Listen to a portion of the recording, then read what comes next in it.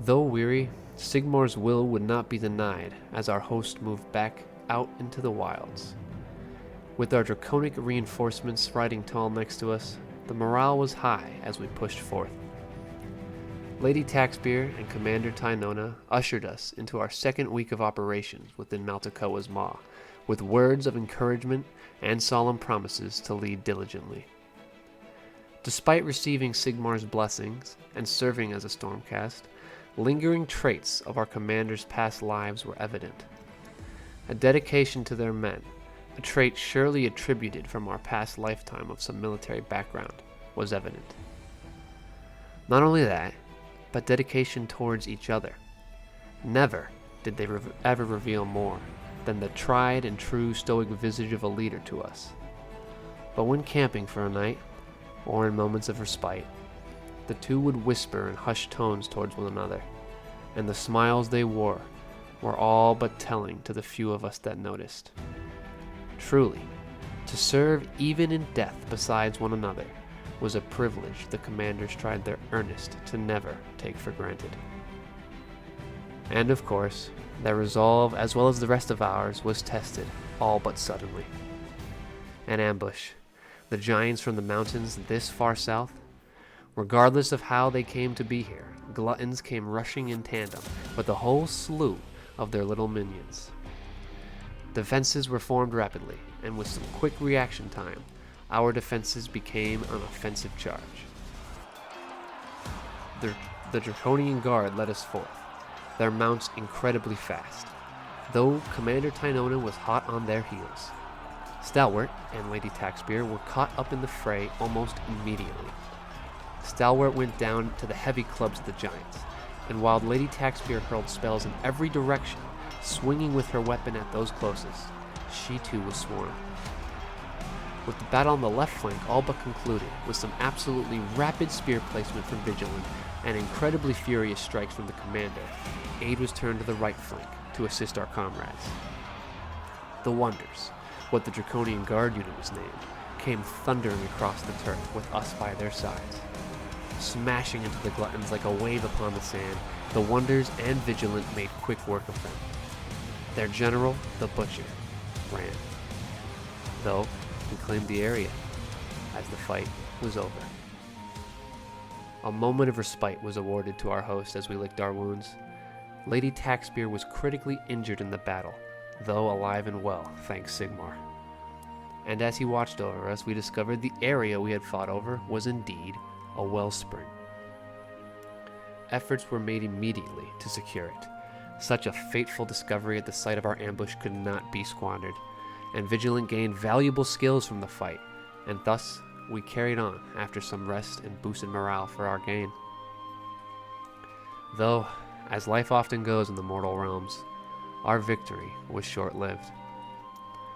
A standstill across a ridgeline with another host of Stormcast. Clad in silver armor, we felt uneasy, to say the least, about the way they regarded us instead of greeting us, and cautious still, there shouldn't be any other hosts in the area. Swift and sudden, we were flung into battle with our brothers and sisters in arms. For reasons unknown at the time, we would learn later that the host we faced against was searching for the rumored legendary weapon, the relic, within Malticoas Maw, and nothing nor no one would stop them in their quest. Raptors pinned our charge near as soon as it started, taking a Desolator from the Wonders clean off his mount in the opening volley. Witnessing the Battle Brothers fall from such a revered mount immediately dashed our high morale as we bound for cover. Vigilant charged their shield wall, but with more accurate fire from the Raptors with their incredible crossbows, they were all struck down. Their general teleported himself behind our lines with Sigmar's guidance. A confusing battle for sure, as Commander Tynona thunderstruck Vigilant back into the fray from their quick reforgement, both hosts utilizing our holy powers at will, only to slaughter one another. The Commander and Lady Taxbeer fought side by side in a flurry of strikes and unison. Only those with muscle memory of years of fighting side by side would be awarded, and thus taking out the enemy general, though at the cost of exposing themselves. Another flurry of bolts from the raptors sent the entirety of our forces running, stalwart surviving unwounded only due to the benefit of cover on their flank. This battle left us licking wounds none of us thought we would ever be left to treat, those enacted by our brothers and sisters. Wounded, confused, and generally concerned by recent developments, we retreated to the wellspring, and Vigilant was fully recuperated in the healing waters. Despite the hail of pain the enemy raptors did, the Wonders gained valuable lessons in the battle and became better for it. As we left once more to journey outward, we came into battle for a third time. The Lumineth, the elves, they stared us down now. Vast amounts of spears and bowmen poised for battle. Bitter and resentful from our previous encounter, we rushed in, though our recklessness would cost us. There were enough arrows to cover the entirety of a Stormkeep in the air, and striking true they did.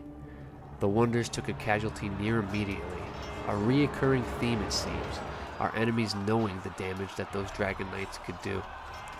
And with an incredibly solid and well-planned phalanx, the sheer number of Lumineth was enough to send Vigilant down. Lady Taxspear and Stalwart moved to secure a tactical corridor of terrain, whilst Commander Tynona and the last member of the Wonders moved to secure a second. As far as tactics went, we had the upper hand. That was until they fired again. The Wonders went down, and in a charge, Vigilant was squandered again from a hasty reforging, a risk the commander would not have taken lightly, though a severe penalty, as one could witness the regret on his face as he knew the cost reforging took on each of the men's humanity.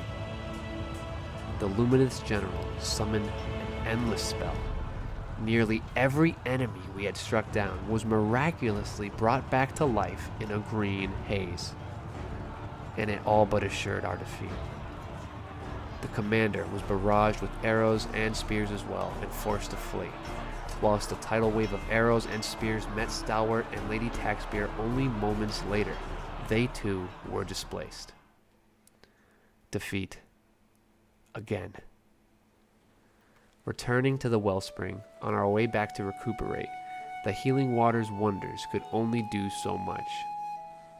We still left with one of the stalwarts on a litter.